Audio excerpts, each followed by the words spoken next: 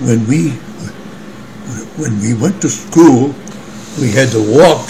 Some schools you get a bus to go to school, but in our town you had to walk, and you had to pass through different neighborhoods with other boys in there, in strange neighborhoods that you didn't know the people there. And when they would see a stranger come into their area, they'd run after them and chase them. And we had to hide and go seek so they wouldn't catch us. I never got caught, but I don't know if they really wanted to catch me or not, but I always thought they were. No, nobody ever got beat up or hurt that way. It just got bragging rights. I went through that area and nobody could catch me. Well, what about when you were at school, when you went to St. George's? What do you remember? Well, I started out in the public school system, and whoops, sorry. In the public schools, everybody had to do the same thing. In the parochial schools, you had to do the way the church said to do it. And if you cannot tell a lie, if you're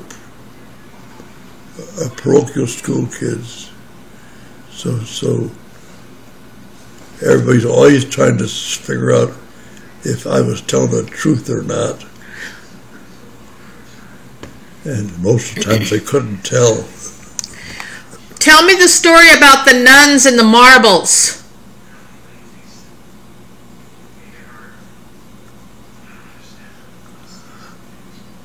About the what?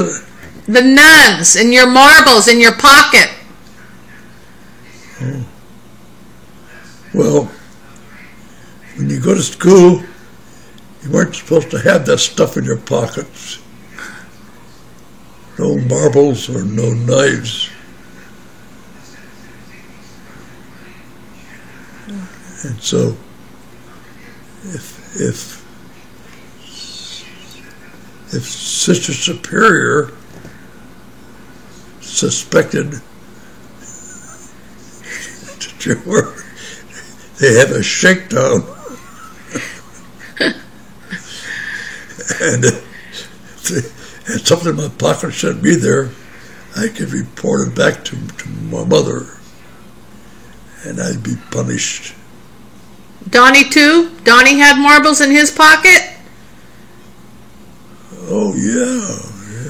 We all had. We used to play on the school grounds, play marbles, toss the line or in the circle pit. Yeah. Which we weren't supposed to be doing, but you never could tell if you put your marbles in your pocket. But everybody knew that because you'd be always bragging that you couldn't do it.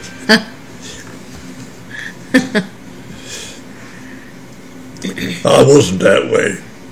Oh, just my brother. I wouldn't do something like that. I don't know about that. I think you guys probably put the blame. Huh? I think you guys probably put the blame on each other all the time. Well, yeah, he'd try to do that to me, but I never did that to him. I didn't have to make believe. I was always better. Oh, yeah. So, if Donnie came over here and he was still alive, and he came over here to my house and sat down in the chair next to you, what would you say to him?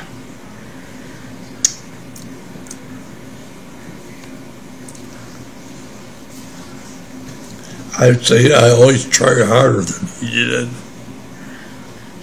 Not if I win, did I win or not, but I try harder. Okay. Say goodbye. I'm going to shut this off. Adios, goodbye. This is for Donnie Jr. Say goodbye, Donnie Farr. Yeah. And Diane. And Aunt Joyce, your sister Joyce. Yes. You want to say hi to Joyce? Yeah, yes. Say something to Joyce. Say something to Joyce. What would you say to Joyce? I hope you are happy in heaven. She's not in heaven. Huh? Aunt Joyce isn't in heaven. What? If she's anywhere, that's where she'd be, in heaven. She's in Kansas. Huh? Aunt Joyce is in Kansas. Well, she hadn't died yet. Nope. She's doing great. So what would you say to Aunt Joyce if you could see her right now?